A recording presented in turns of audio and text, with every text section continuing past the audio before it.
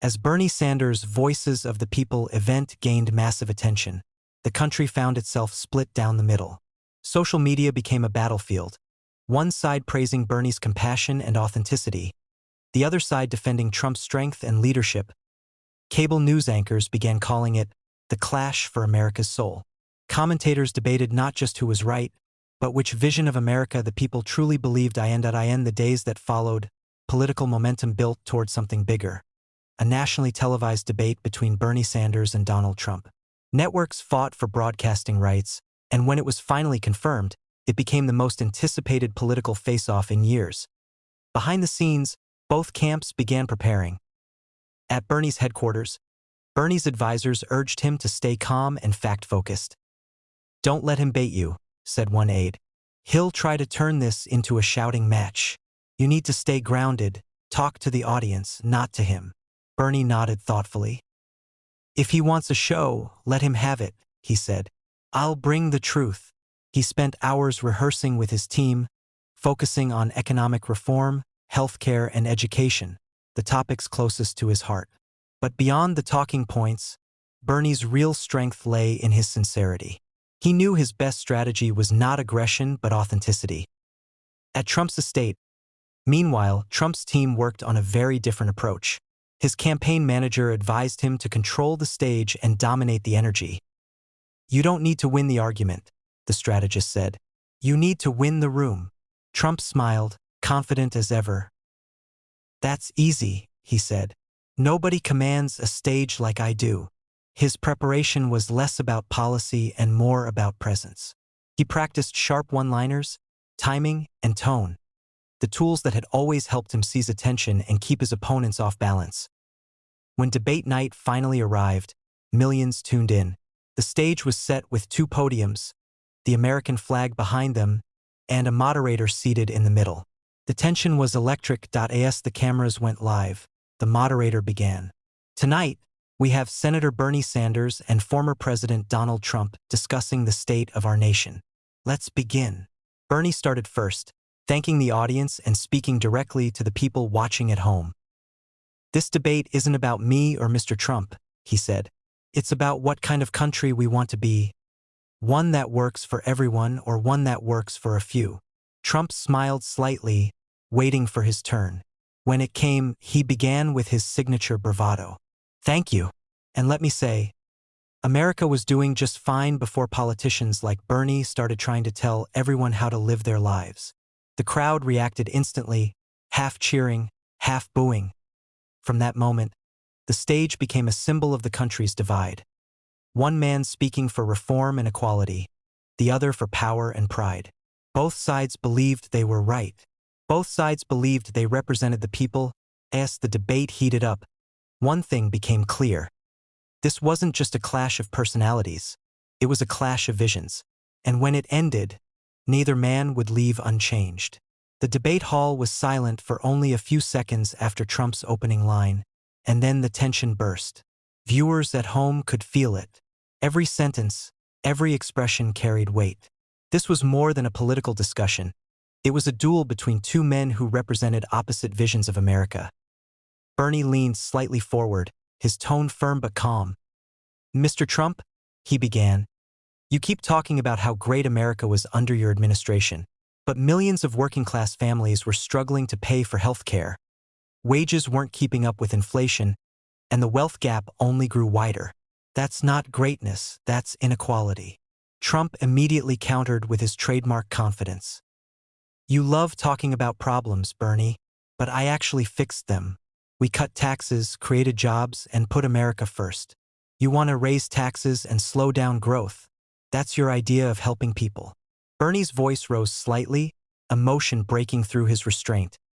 "Helping people doesn't mean giving billionaires more breaks.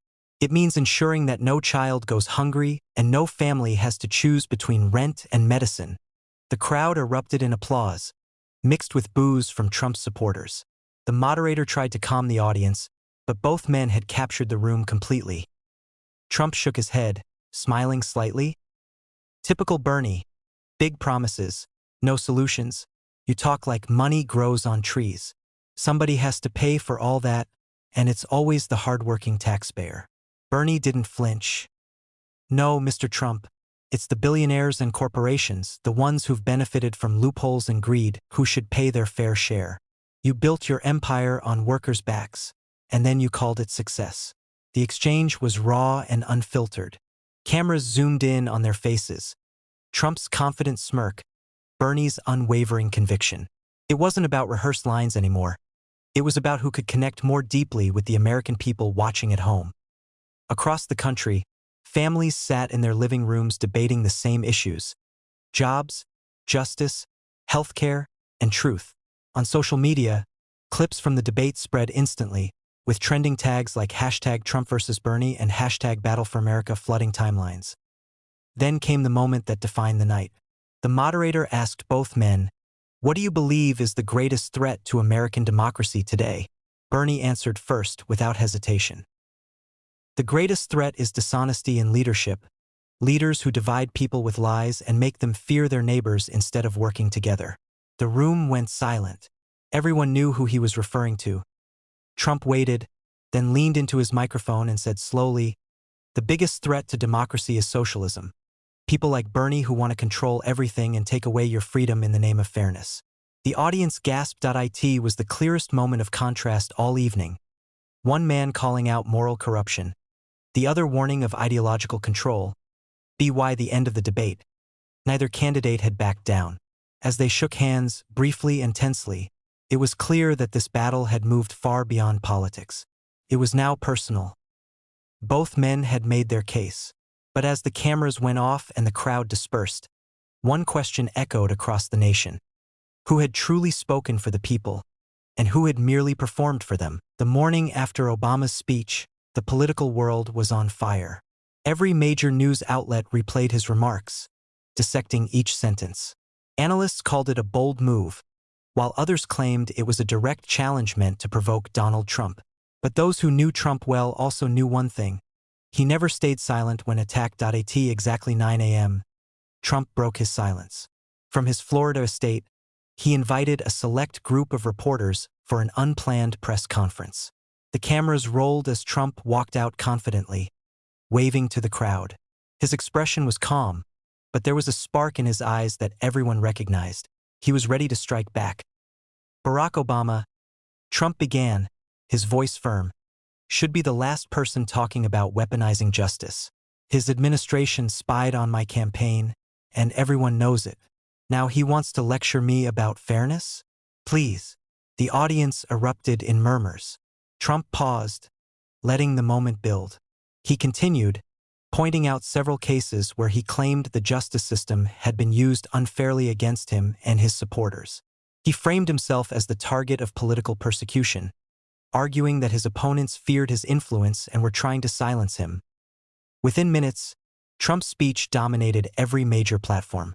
Supporters praised him for standing up to what they saw as hypocrisy, while critics accused him of twisting the facts. But one thing was certain: his response had captured the nation's attention. Trump didn't stop at words. That same afternoon, he released a detailed video addressing Obama directly. In it, he said, "I built this country's economy back when he said it couldn't be done. Now he wants to talk about justice? The people see through it. They know who's really fighting for them." The video spread faster than any news clip before. Millions of views poured in within hours. Analysts on both sides agreed that Trump's counterattack had neutralized Obama's earlier remarks, and even turned the conversation in his favor. Meanwhile, at a private gathering later that evening, close aides reported that Obama had been briefed about Trump's response. He reportedly smiled, shook his head, and said quietly, "I expected that, but neither man knew. This public clash was only the beginning of something much bigger."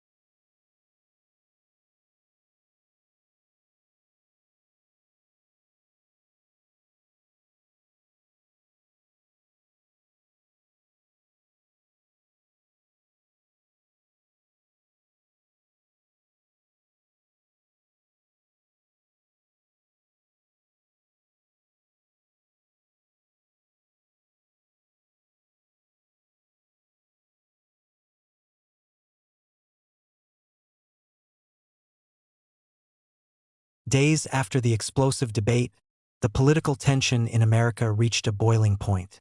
Every conversation, from coffee shops to classrooms, seemed to circle back to the same question: who truly cared for the people? While the media continued to fuel the rivalry, Bernie Sanders chose a different approach.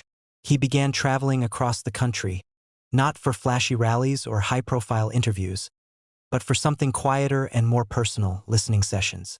He visited small towns, factories, schools, and retirement homes, meeting people face-to-face. At one stop in Michigan, a steelworker stood up and said, "Senator, we've heard politicians talk for years, but nothing changes. Why should we believe you're any different?" Bernie smiled gently and replied, "Because I'm not asking you to believe in me. I'm asking you to believe in us, in what ordinary people can do when they stand together." That single moment was captured on video and shared millions of times online.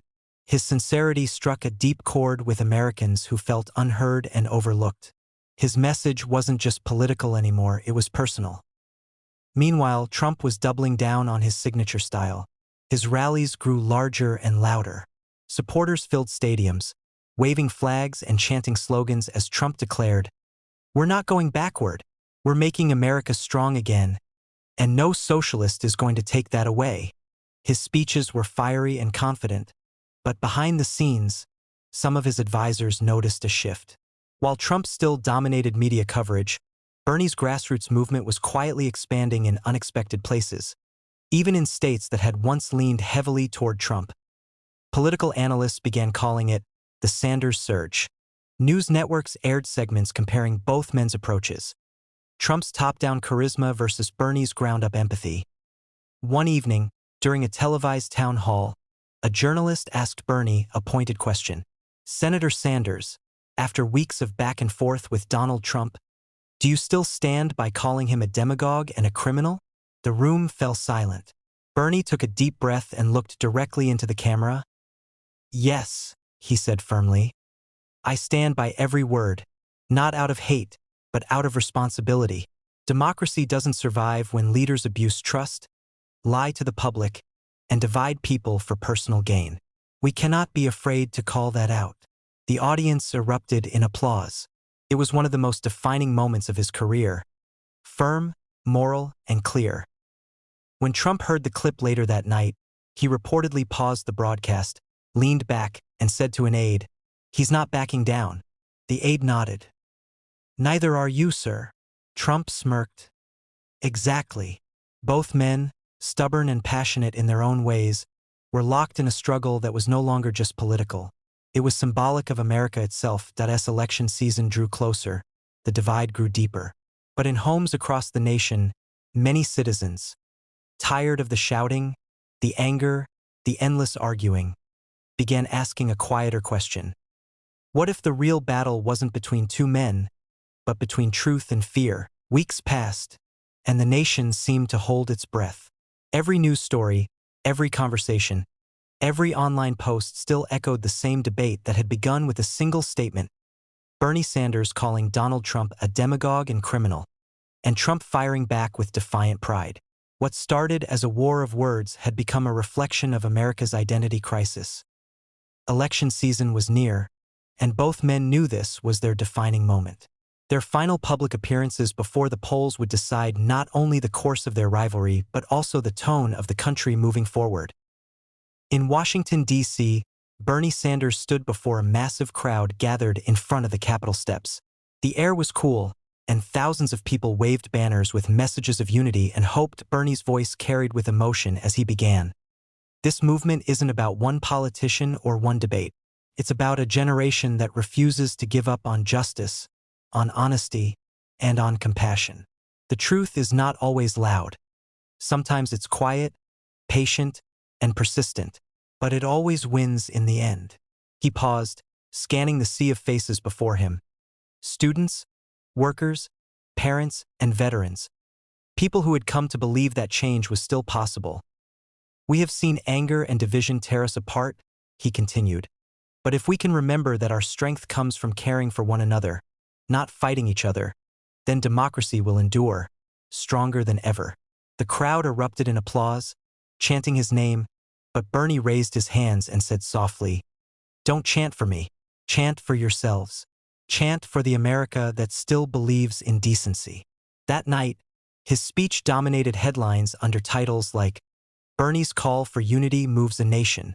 In Florida, Donald Trump took the stage at one of the largest rallies of his career. The arena was filled with roaring supporters, red hats waving, flags fluttering under the bright lights. Trump's voice boomed across the hall. "We've heard enough talk from career politicians. We need results, not excuses. We need strength, not weakness." He spoke with energy and confidence, pointing out his achievements and attacking failed policies and fake promises. But near the end of his speech, his tone shifted slightly. "At the end of the day," he said, "we all love this country. We all want it to succeed. Maybe we have different ideas, but we share one flag and one future." The crowd cheered again. For a brief moment, even amid the noise and slogans, there was a hint of reflection, a recognition that the conflict had gone beyond politics and into the soul of the nation itself. In the following days, pundits declared the showdown historic. Some said Bernie had won with heart. Others claimed Trump had won with power. But for millions of Americans watching from home, it wasn't about victory anymore. It was about vision.in classrooms, workers' lunchrooms, and late-night conversations.